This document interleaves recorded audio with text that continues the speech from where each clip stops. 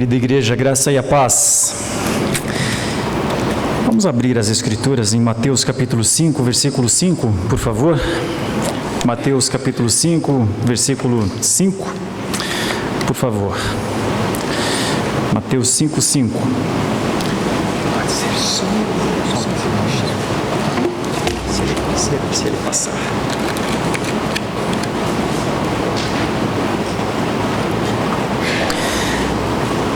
Evangelho de Mateus, capítulo 5, versículo 5.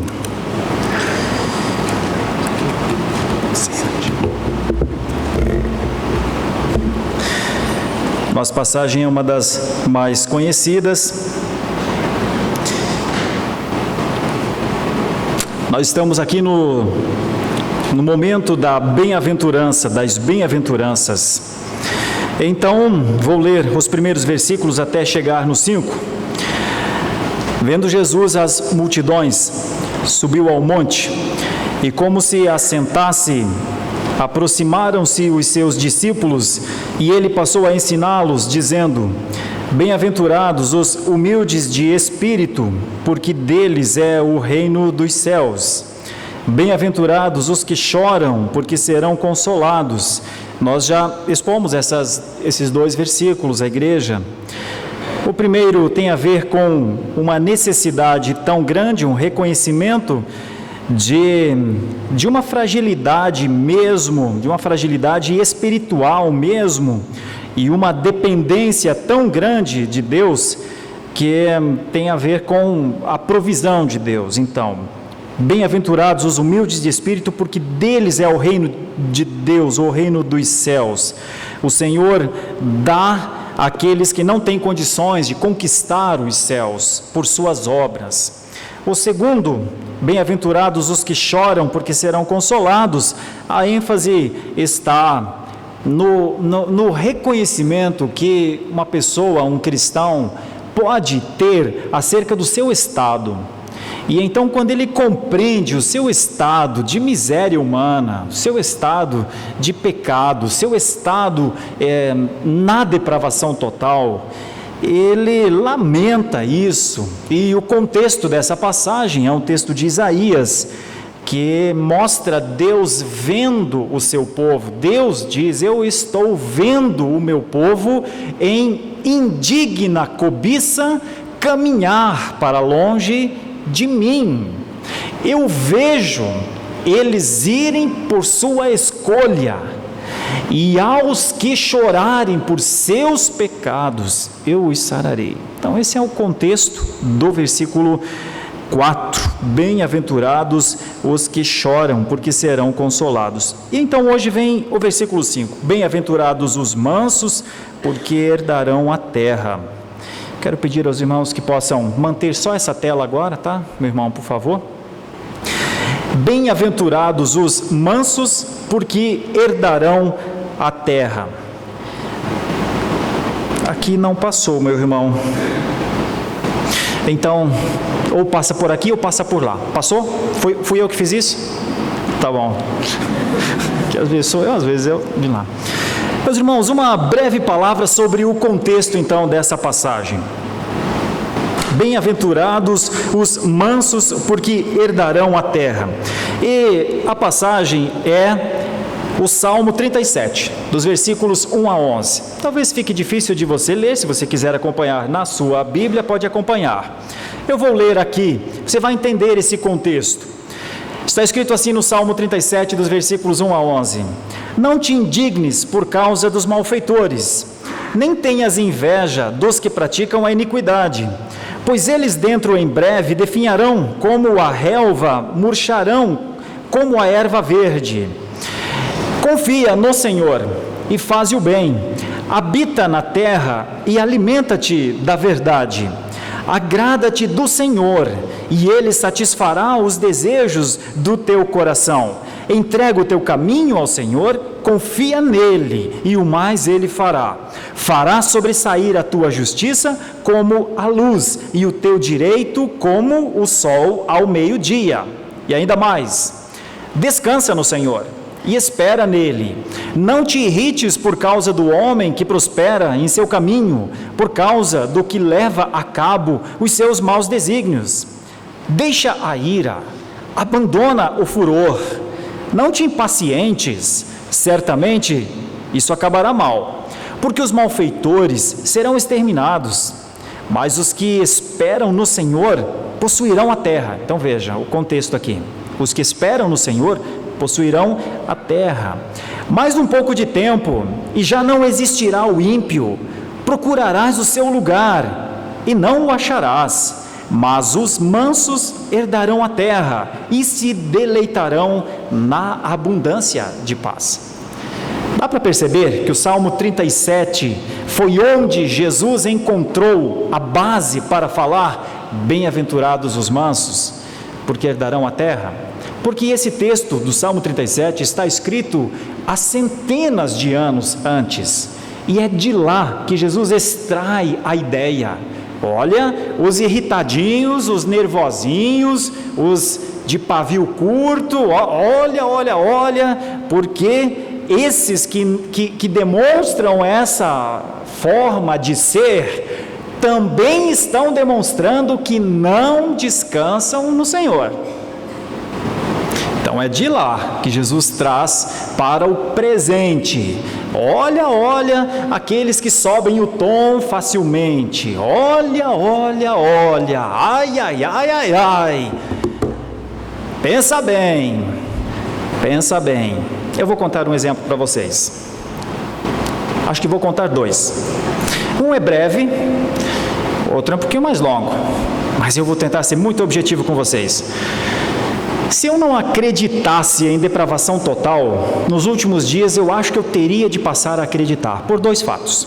Um deles, quase sempre meus exemplos são ligados a trânsito, porque eu estou sempre na estrada, todo dia, dirijo muito, mais do que eu gostaria até. Mas lá estou eu na Avenida das Nações Unidas, e trânsito difícil, né? Como sempre. Porque quisemos morar nesse lugar onde todo mundo quis morar e encher as ruas, meu Deus. Lá estamos nós, parados. De repente o trânsito anda um pouquinho. A pessoa que estava à minha frente, olhando no celular, não viu o trânsito andar. O trânsito foi e ele ficou. E eu dei uma buzinadinha. Bip, bip. Rapaz, foi um bip tão fraquinho.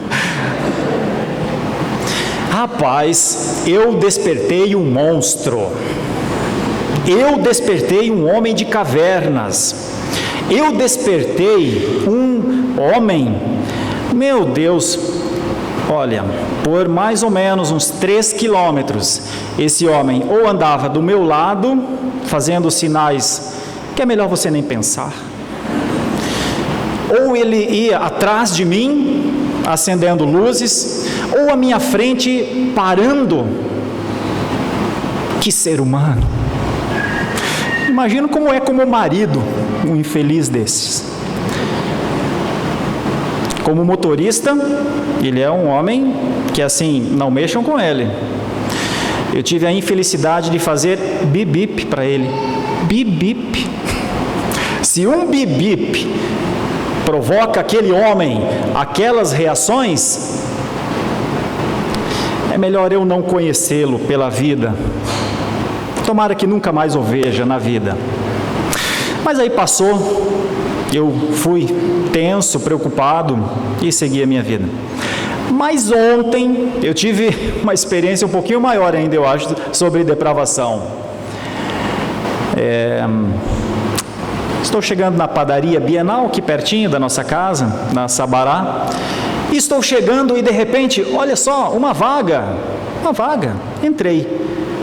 Quando entrei na vaga, quem sabe que vaga de padaria não é muito grande, normalmente pequena. Quando entrei na vaga, então, minha esposa saiu para entrar, uma senhora bateu no meu vidro. Tac, tac, tac, tac. Eu olhei para ela e ela falou: o senhor não viu que a gente estava esperando para entrar nessa vaga? Eu falei, não vi mesmo. Falei, não, mas eu tiro o carro. Não, agora o senhor vai deixar, vai ficar. Eu olhei, meu Deus, eu estou diante de quem estou? Fiquei pensando, que vida minha? Eu já contendi com arminianos, já contendi com islâmicos, já contendi com neopentecostais. Eu agora vou contender por uma vaga na padaria. Que triste sina a minha, né? Eu disse, não, eu retiro o carro, desculpe, eu não a vi. Não, vai deixar aí agora. Aí acabei deixando. Contudo, enquanto eu deixava, porque ela me obrigou a deixar, deixa aí. A pessoa que dirigia o carro andava ao redor do meu. Guardava, eu acho, a mim ali. Brutos,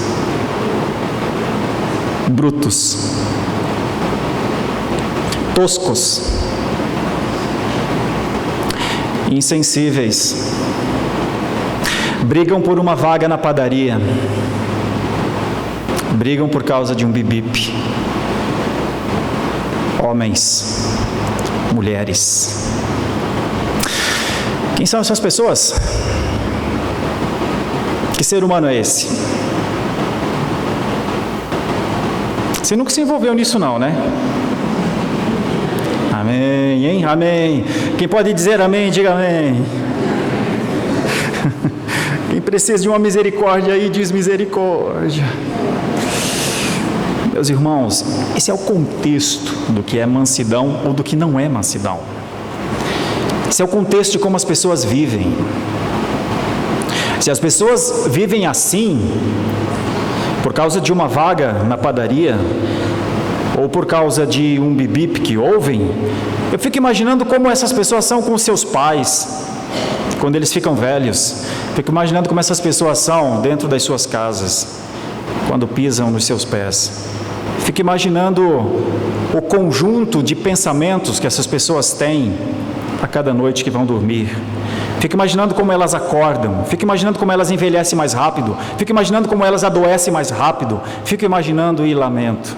Que dó, que tristeza. Assim caminha a humanidade, já dizia o cantor. Pois bem, sempre há um contexto para mostrar como alguém pode negar princípios tão elementares, tão simples de se viver. Então, depois desse contexto, me permitam ir ao texto para pensar em algumas coisas. O texto diz, bem-aventurados, ou seja, felizes, prazerosos, deleitosos, com sorriso nos seus lábios, com a alma leve. O texto diz, bem-aventurados, num estado de saber que está tudo bem. Makarios é uma forma poética usada nas melhores obras poéticas para uma ideia, um alto estado de felicidade. É isso que o texto começa a dizer. Existe alguém que pode desfrutar de um alto estado de felicidade. Perguntemo-nos a nós mesmos, eu estou aí? Ei, sou eu aquele que vive o alto estado da felicidade. Somos. Deixa eu mostrar outra coisa. Os mansos, bem-aventurados os mansos. E o termo praus é um adjetivo, é como se falasse bonito, é como se falasse alto, é como se falasse rápido. Assim é o manso. É um adjetivo, não é um substantivo, é uma expressão a mais para qualificar alguém. Então é uma qualidade que significa gentileza, bondade de espírito, humildade. Quando é acerca de Deus, é aquela disposição de espírito com a qual aceitamos a sua forma de lidar conosco como a melhor. sem, no entanto, disputar com Deus, debater com Deus ou resistir a Deus. Esse é o sentido de manso. Deixa eu continuar no texto com você. Depois dos mansos, porque herdarão. Você já sabe que é herdar a terra, mas veja a expressão herdar, kleronomel, que pode significar a receber um lote, a receber por fortuna ou por sorte, especialmente receber parte de uma herança, obter pelo direito de herança, ser um herdeiro. Você já percebe que aqui é beneficiário. Receber a porção designada, porque quem recebe por herança, mesmo que seja por direito, recebe porque outra pessoa o outorgou a ele. Receber uma porção loteada, receber como próprio ou como uma posse, tornar-se participante de algum recurso, ou mesmo obter algo. Então, bem-aventurados são os mansos, porque são beneficiários. É isso que o texto está querendo dizer. Beneficiários do que então? Da terra, diz o texto. A expressão ge é a expressão de genética, genal, início de tudo. É a ideia de gênesis, é o começo. Esse sim é um substantivo feminino e pode significar no texto a terra para trabalho, pode significar o chão, a terra como um lugar estável, um continente como oposto às águas, pode significar a terra como um todo, pode significar um país, uma terra circuncidada com limites fixos, uma área de terra, um território, uma região, alguma coisa física, alguma coisa tocável, palpável, é isso que o texto está querendo dizer.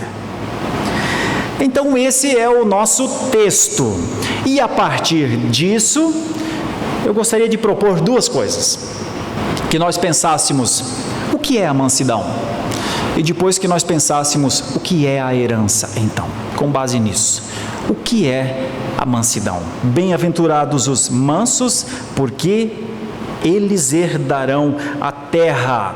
A mansidão, meus irmãos, o termo mansidão é uma palavra usada na antiguidade para o processo de domesticação de animais selvagens. O mais utilizado foi justamente o cavalo. E era o trato para que ele aprendesse a obediência aos novos comandos. Ser manso, então, na antiguidade, era estar sob controle do seu novo senhor. Ser manso, na antiguidade, era o entendimento comum. Hoje, quando a gente fala de manso, dá uma ideia de calmaria apenas, né? Mas manso já teve um conceito bem mais profundo. Manso já teve o conceito de alguém sob o controle de outra vontade. E se é assim, se for assim, então, vamos pensar no que a Escritura fala sobre mansidão. Porque a Bíblia, quando a Bíblia se explica, é a melhor maneira de a gente entender. Nós não precisamos criar novas formas. A Bíblia nos dá uma ideia de mansidão. E um dos textos mais fascinantes é o da conversa de Abrão com Ló. Veja o que diz o texto. Disse Abrão a Ló, perceba a mansidão: não haja contenda entre mim e ti, e entre os meus pastores e os teus pastores, porque somos parentes chegados. Acaso não está diante de ti toda a terra? Peço-te que te apartes de mim. Se fores para a esquerda, irei para a direita. Se fores para a direita, irei para a esquerda. Levantou Ló os olhos e viu toda a campina do Jordão, que era toda bem regada, antes de haver o Senhor destruído Sodoma e Gomorra, como o jardim do Senhor, como a terra do Egito, como quem vai para Zoar. Então Ló escolheu para si toda a campina do Jordão e partiu para o oriente, separaram-se um do outro. Sabe qual é o detalhe aqui? É que quem detinha o direito de escolher era Abrão. No entanto, ele diz: Ló, nossos pastores estão brigando, nós vamos fazer isso? Nós vamos debater por isso? Ló, dá uma olhada no que tem aqui. Olha essas terras, Ló. Nós vamos ficar brigando por isso aqui, mudando o que pode ser mudado. Se eu tivesse tempo para reagir àquele monstro terrível que batia na janela do meu carro, se eu pudesse dizer: ei, um dia Abrão disse para Ló, vai haver contenda entre nós por uma vaga da padaria? Não, eu saio. Infelizmente não foi possível. Vai ficar aí, vai ficar aí. E eu fiquei. A Bíblia explica a mansidão. Um dia Davi poderia ter se vingado de Saul. Davi já havia recebido o mandato, ele seria o rei. Saul entende e se sente acuado por aquilo, não está bem com Deus, não está bem com as pessoas, não está bem consigo mesmo, e parte atrás de quem seria o rei. No entanto, em determinado momento, Davi tem a oportunidade de chegar até onde Saul está, no acampamento, dormindo. Era um ato só, era um passar de espada no pescoço de Saul, um só. Mas ele não o faz, e segue o seu caminho, e diz: o Senhor sabe todas as coisas. Você lembra do texto que o reverendo Gabriel leu no início? Aqueles que chegaram às 6:30? Lembra? Ele disse assim: eis aqui o Senhor Jesus entregou ao seu Pai tudo, inclusive o seu futuro. Assim é o manso Jesus. Entregou, submeteu à vontade do seu Pai. Pois assim foi Davi. Por isso nós dizemos que Davi é um homem segundo o coração de Deus. Lembra de Estevão? Lembra de Estevão? O homem que resolveu dizer: nossos pais não reconheceram que o Senhor Deus agia com os profetas anunciando o Salvador. Quando na plenitude dos tempos o Salvador veio, nós que somos os filhos deveríamos entender, deveríamos confessar o seu nome, deveríamos adorá-lo, deveríamos gritar ao mundo: eis que o Salvador chegou. No entanto, nós o perseguimos e o matamos. E então eles tomam em pedras e começam a apedrejar Estevão. E enquanto ele está a caminho da morte, ele diz: Pai, não lhes imputes este pecado. O seu mestre já havia dito isso na cruz. Ele repete as palavras de Jesus: não descobres nada, em tuas mãos eu entrego o meu espírito. Pensa em Paulo. Pensa em Paulo, 3 viagens missionárias, das quais o tempo inteiro em todas as cidades, praticamente todas as cidades por onde passou, a cada momento que ele levantava a voz para dizer: o nosso Deus enviou o seu Filho para ser o nosso Salvador, e isso implicava no Império Romano ter de negar a divindade dos czares, dos césares. Quando no mundo helênico isso indicava a necessidade de ter de negar a sua mente, a inteligência, a sabedoria helênica. Isso quando no judaísmo implicava ter de negar que a lei era o caminho que levava aos céus. E então cada vez que o homem tinha de negar seus próprios caminhos, seja a da força de um império, seja a da força da inteligência, ou seja, a da força de uma religiosidade com mais de 600 mandamentos,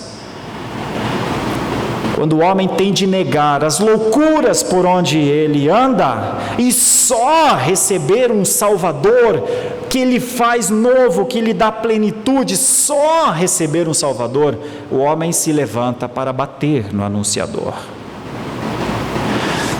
E então, inúmeras vezes, este homem passou por surras, inúmeras vezes. A Bíblia nos conta, várias vezes, voltando, depois de na ida apanhar duramente, voltar pela mesma cidade para muitas vezes sofrer agressões de novo. A Bíblia explica sobre mansidão. A Bíblia fala sobre pessoas e fatos. Mas de todos, ou de tudo, o maior vem do Senhor Jesus Cristo. Não há exemplo maior de mansidão do que o de Jesus Cristo. Veja o que ele mesmo disse de si: vinde a mim, todos os que estáis cansados e sobrecarregados, eu vos aliviarei. Tomai sobre vós o meu jugo e aprendei de mim, porque sou manso e humilde de coração, e achareis descanso para a vossa alma. Ou seja, para que uma alma descanse, somente se tomar sobre si o jugo da mansidão do seu Senhor. Porque o meu jugo é suave e o meu fardo é leve. Você sabe o que são as pessoas que não suportam um bip-bip? Você sabe o que são as pessoas que não suportam, porque até pensam, e até poderia imaginar que eu estivesse furtando uma vaga de padaria, mas eu não estava. Tanto é que eu estava para sair e devolver a vaga que eu nem sabia que havia tomado. Mas você sabe o que são, no fundo, estas pessoas? São cansados. São pessoas que não conseguem suportar suas próprias vidas, não conseguem suportar os relacionamentos que têm, não conseguem suportar o peso e a responsabilidade maravilhosa, se diga-se de passagem, ser um ser humano. Estou redundando de forma proposital. Ser alguém que o Senhor o fez um ser humano, porque poderia ter nascido um cavalo, porque poderia ter nascido um réptil. O Senhor lhe deu a graça de ser um ser humano, cansado, sem condições de levar sua vida, sem condições de ter paz no mínimo das coisas, sem condições de uma gentileza, sem condições de um perdão, sem condições de um pensar um pouquinho mais. O seu sangue sobe porque precisa subir, porque é ímpio. Porque é ímpio, precisa subir. Você jamais mudará a natureza de um ímpio se o Senhor não mudar. Por isso os nervosinhos, os que explodem por qualquer coisa, são os mais terríveis de se conviver. Porque quem está do lado não consegue mudar, se o Senhor não operar. De Jesus vem o exemplo. É nele. Deixa eu lhes falar mais. O exemplo de Jesus também é contado por Paulo. Quando Paulo explica aos filipenses, ele diz: tende em vós o mesmo sentimento, ou seja, ele está utilizando o exemplo de Jesus. Tende em vós, em Filipenses 2, 5 a 11, tende em vós o mesmo sentimento que houve também em Cristo Jesus, pois ele, subsistindo em forma de Deus, não julgou como usurpação o ser igual a Deus, antes a si mesmo se esvaziou, assumindo a forma de servo, tornando-se em semelhança de homens e reconhecido em figura humana, a si mesmo se humilhou, tornando-se obediente até a morte e morte de cruz, pelo que também Deus o exaltou sobremaneira e lhe deu o nome que está acima de todo nome, para que ao nome de Jesus se dobre todo o joelho, nos céus, na terra e debaixo da terra, e toda língua confesse que Jesus Cristo é Senhor, para a glória de Deus Pai. O maior dos exemplos vem dele. Primeiro ele diz: aprendei de mim porque sou manso. Depois, uma testemunha ocular de Jesus, o apóstolo Paulo, diz a mesma coisa: aprendam dele. Mas talvez o exemplo ainda que mais me faz pensar assim, é isso, é assim que a gente tem que viver, é dessa forma que a gente tem que viver, é quando Pedro escreve. O reverendo Gabriel leu na liturgia no início: porquanto para isto mesmo fostes chamados, disse Pedro, pois que também Cristo sofreu em vosso lugar, deixando-vos exemplo para seguirdes os seus passos. Os nervosinhos, os da explosão, os que gritam fácil, os que batem na mesa, os que batem porta,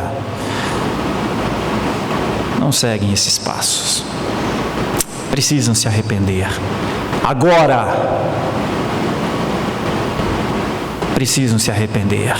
Diante da palavra, precisam se arrepender. Diante do que a Escritura, que nesse momento se torna arma contra nós, precisam se arrepender. Para que a palavra seja honrada, para que a glória da palavra seja mantida. Ninguém está inventando palavras. É o texto. É o texto para você e para mim e para quem quer que seja. O qual não cometeu pecado, nem dolo algum se achou em sua boca, pois ele, quando ultrajado, não revidava com o ultraje, quando maltratado, não fazia ameaças, mas entregava-se àquele que julga retamente. Quer ver mais?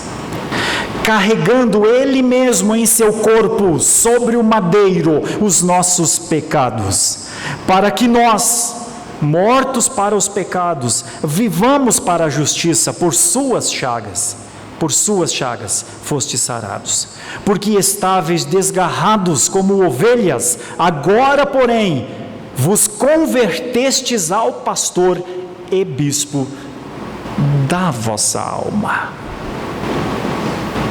Por isso eu considero essa passagem como uma evidência muito clara do maior dos exemplos.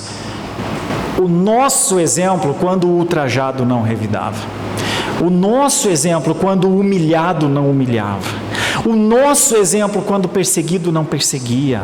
O nosso exemplo quando prejudicado não prejudicava. O nosso exemplo se portou como aquele a ser imitado. Por quê, meus irmãos? Está no versículo anterior. Porque ele entregava a sua causa àquele que ele sabia que julgava retamente todas as coisas.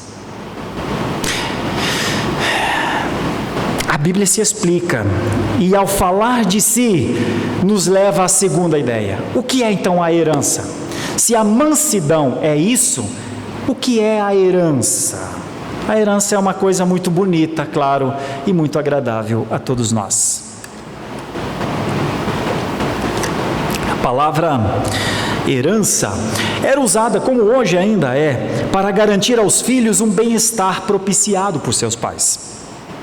É uma demonstração de amor, de responsabilidade, legal, inclusive muitas constituições protegem os seus filhos de pais que não têm tanto interesse em contribuir aos seus filhos, em torná-los beneficiários.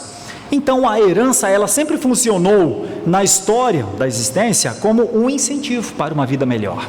É isso que é a herança, o que é uma coisa, claro, muito agradável.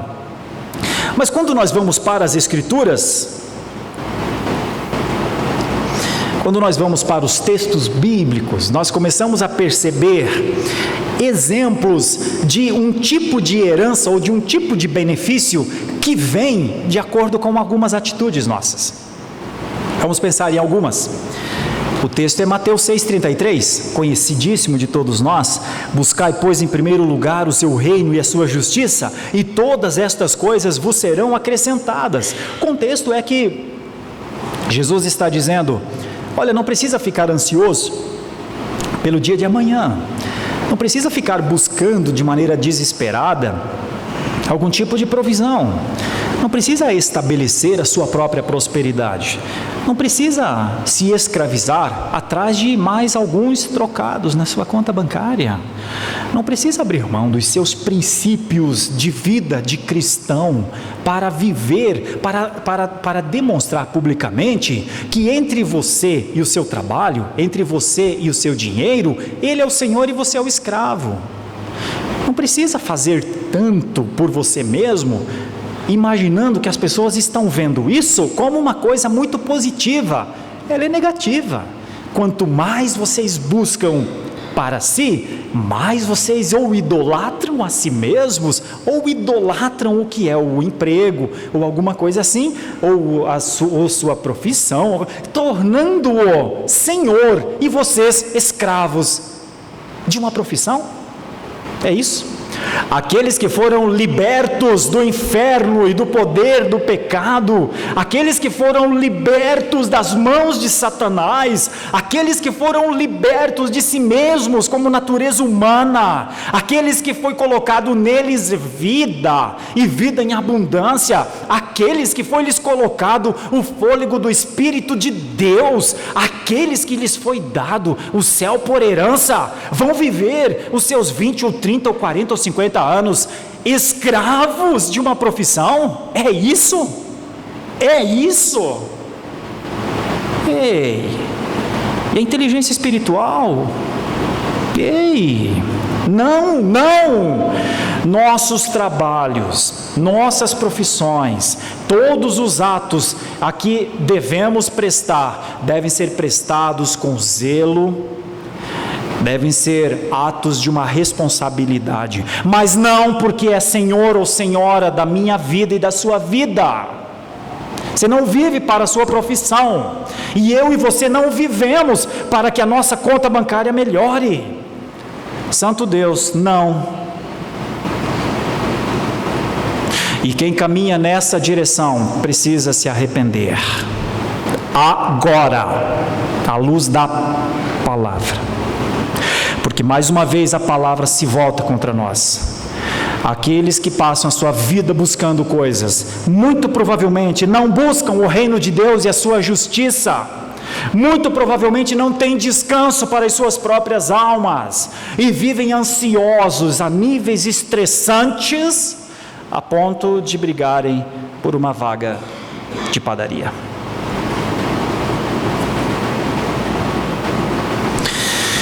Quando a Bíblia se explica a si mesma, ela aponta para uma prática correta que pode produzir um resultado indireto.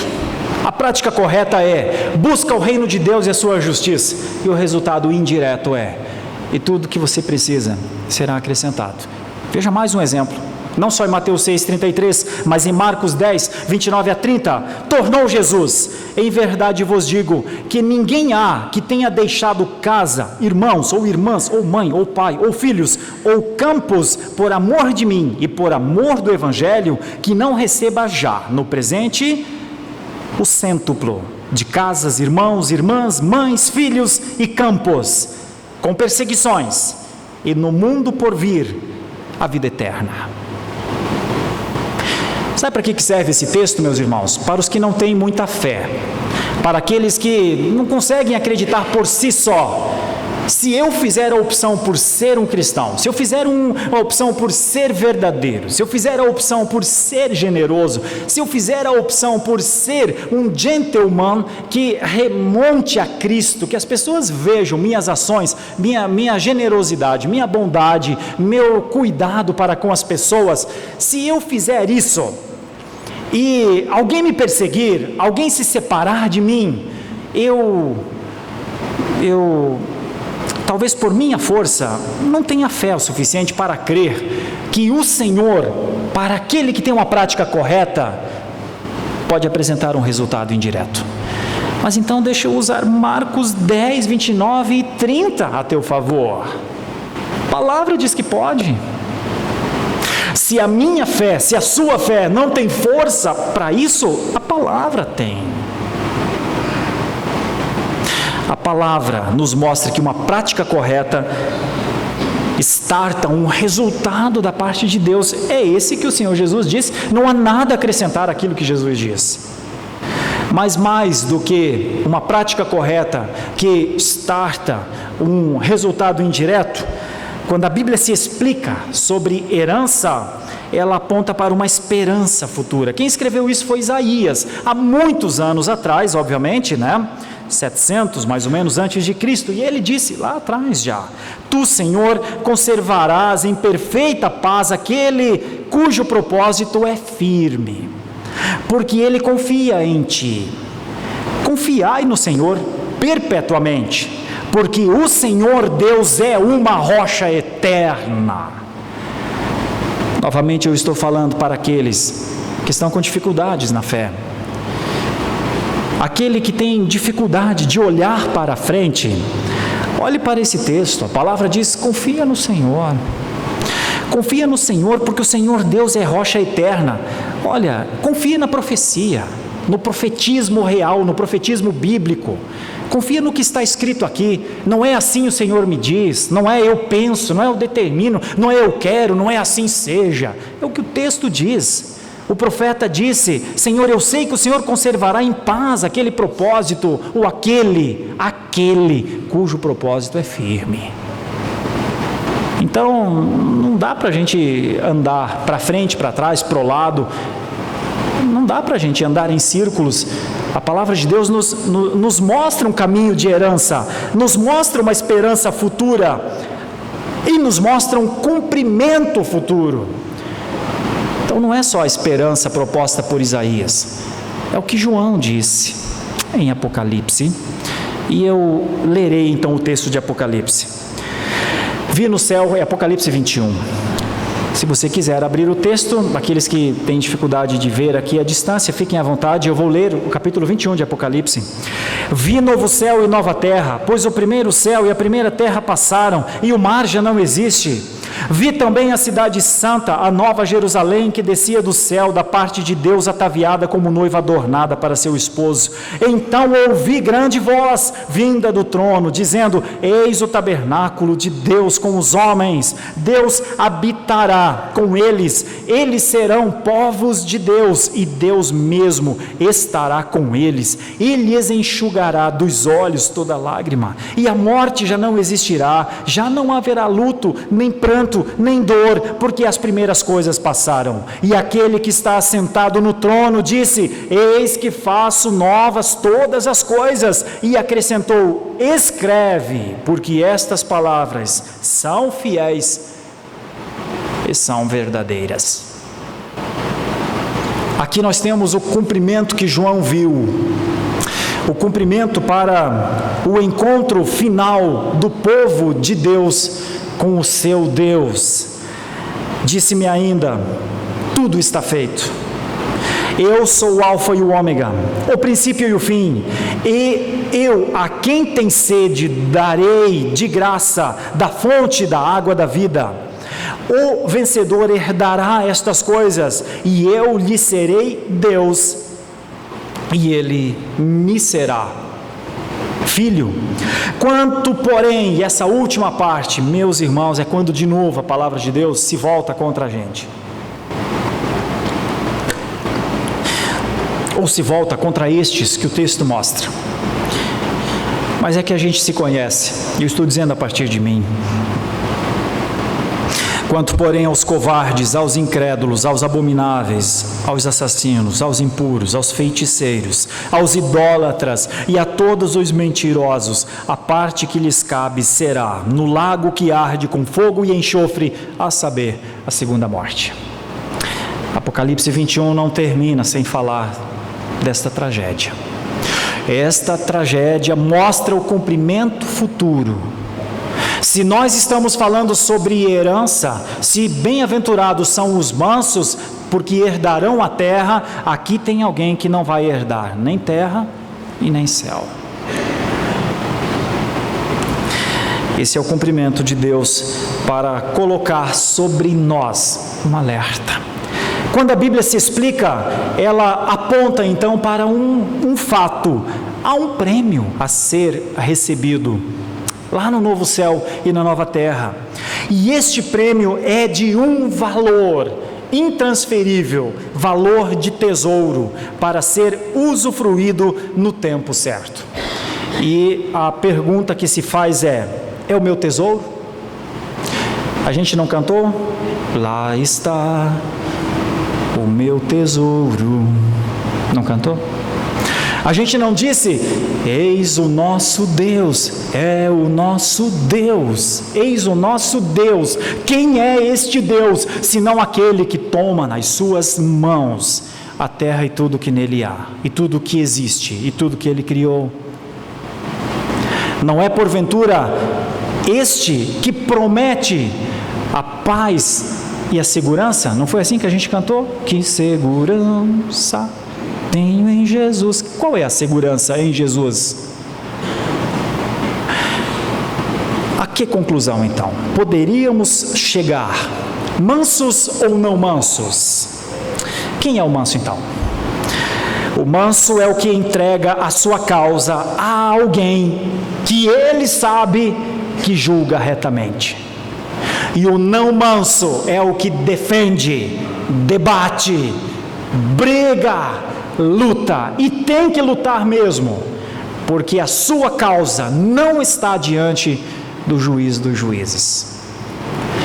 Por isso, meus irmãos, todo explosivo metido a Rambo, por isso, todo que tem sempre uma palavra para destruir o seu oponente, na verdade é alguém que já perdeu essa luta antes de começar, a luta consigo mesmo como ser humano. Essa é uma luta perdida. Todo desequilibrado está numa luta perdida. Precisa se reencontrar com o equilíbrio que só o Senhor Deus pode dar. E isso se dá pelo caminho da confiança. Quando se entrega a sua causa àquele que a gente sabe que julga retamente. Essa é a única solução. De outra sorte, tem de continuar a lutar, e a brigar, e a contender, para perder no final, e ser humilhado e deserdado. É assim que é a palavra. O que é a mansidão? Eu encontrei uma definição aqui. Estou propondo isso. O que é a mansidão? A mansidão, diante disso que foi exposto, parece ser o equilíbrio entre a ira e a indiferença, que resulta num ato de manutenção de um tipo de paz que agrada a Deus. A paz da alma, a paz do ser humano. Ele pode estar sendo injuriado, ele pode estar sendo nocauteado, ele pode estar sendo humilhado, pisado, ele pode estar sendo alvo de mentira, ele pode estar sendo alvo de injúria, mas ele, segundo o texto das Escrituras, obedece ao seu Senhor e exulta e se alegra, porque é o próprio texto bíblico que vai dizer aqui no final das bem-aventuranças: quando vos perseguirem, quando mentindo disserem todo mal contra vós, exultai e alegrai-vos, porque grande é o vosso galardão nos céus. Quem não conhece o galardão dos céus tem que brigar por seu direito, briga mesmo. Enquanto isso, alguns estão rindo desse estado, outros estão lamentando por um estado assim. Existe um tipo de paz que agrada a Deus. Existe um tipo de paz que o Senhor propôs. Assim é o manso, que submete a sua vontade a uma vontade maior, como um animal adestrado, lá na antiguidade. Assim é a mansidão, uma postura espiritual de humildade e submissão à vontade de Deus. Sabe quem é o manso e o que é a mansidão? Alguém que o Espírito Santo de Deus age nele, para nas horas mais difíceis aparecer aquilo que está grifado nesse texto. O que é a herança? Heranças são dádivas, são presentes, são coisas boas, que talvez ainda nem conheçamos. Sabe por que vale a pena o exercício da mansidão? Porque é possível que haja herança de coisas, de fatos e de situações que nós nem ainda vimos. A gente só crê pela fé. Quem é o herdeiro, então, dessa herança? Aquele que exercita a mansidão como um fruto do Espírito. Jesus dos crentes. Está escrito fruto do Espírito ali. Mas é fruto mesmo, viu? Fruto do Espírito. Mas o fruto do Espírito é, diz o texto, amor, alegria, paz, longanimidade, benignidade, bondade, felicidade, domínio próprio e o que, meus irmãos? Mansidão. Mansidão. Está aí no texto. A gente poderia extrair algumas lições para a nossa vida a partir de uma dessas bem-aventuranças. Eu quero propor 4 muito rapidamente para que nós pensemos. 4 só.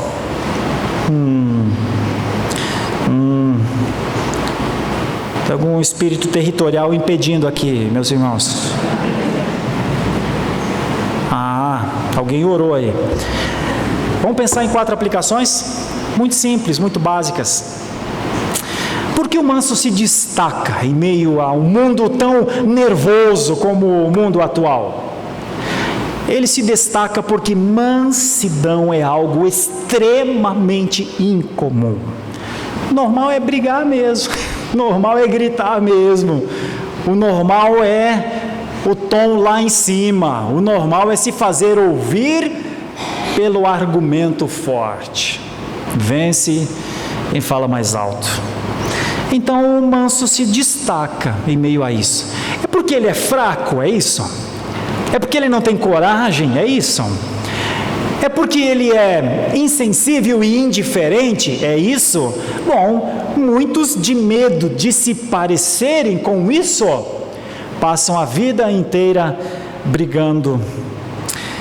Não, é porque o manso entrega as suas causas ao Senhor, lembrem disso. Foi isso que foi dito de Jesus.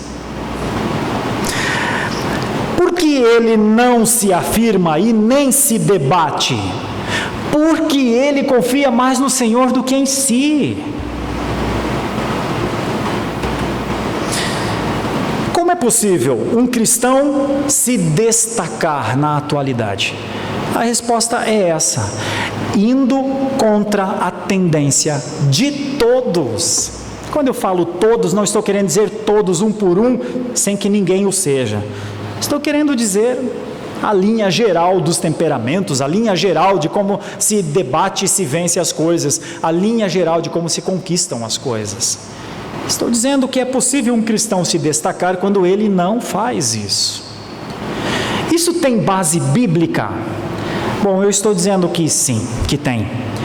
Por isso foi que Jesus ensinou estes conceitos. Por isso ele se assentou naquele lugar para falar que bem-aventurados são os mansos, porque a eles foi destinado a herança da terra. A eles foi destinado um tempo de paz. A eles foi destinado um tempo, mas ainda no período do fenômeno, ainda no período dos fatos que nós estamos vivendo, ainda no período da nossa vida, um tipo de paz que agrada ao Senhor.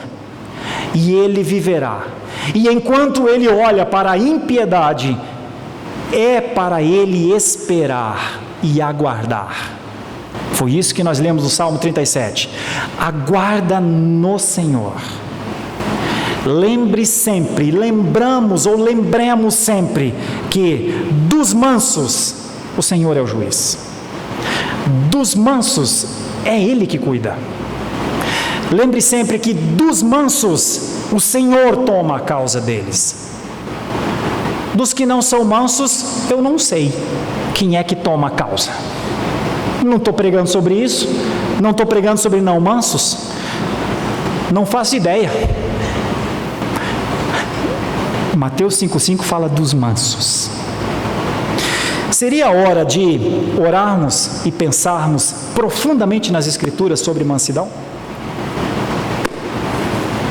Será que não? Eu vou orar. Feche seus olhos por um instante. Daqui a pouquinho nós ouviremos 2 canções do nosso coral aplicando essa mensagem. Uma delas vai falar sobre a a maravilhosa graça, e a outra vai falar sobre uma posição que se toma diante de Deus e que tem de se tomar, uma posição para o Senhor, para andar no Senhor. Nosso Deus, nosso Senhor, que permitiu que as Escrituras fossem estabelecidas, feitas, e aqui nós temos estes 66 livros, e hoje nós lemos um versículo só, nesta série de exposições, para compreender a importância destes conceitos, para que eles sejam conceitos que transformem nossas vidas, aprimorem, aperfeiçoem o nosso caráter espiritual, aperfeiçoem o nosso conhecimento do Senhor e a nossa alegria no Senhor. Nosso Deus, nosso Pai, mais uma vez, pela Tua Palavra, eu rogo para que o Teu Santo Espírito frutifique em nós. Só isso, Senhor. Não mais do que isso, mas também não menos do que isso. Que o Teu Santo Espírito frutifique em nós, para que o fruto do Espírito apareça dentre eles, a mansidão. Senhor, nossos filhos estão precisando de pais mansos. Às vezes se tem fé, Senhor, nós cremos no Senhor, mas nos irritamos tanto. Nossos filhos ali, muitas vezes indefesos diante de uma enorme pessoa, uma criança, às vezes ali achatada, diminuída pelo dedo em riste, pela ameaça. Por que nós teríamos de educar os nossos filhos assim? Se eles são herança Tua, por que deveríamos viver dentro de casa assim, com ameaças para nos defendermos? Por que deveríamos viver e conviver como homens e mulheres que acham que estão perdendo coisas e lutam para não perderem as suas coisas? Às vezes um casamento até, às vezes uma família, às vezes um patrimônio, eu não sei. O Senhor sabe o que cada um talvez esteja sentindo, imaginando que vai perder e por isso luta como um leão, quando já existe o leão da tribo de Judá.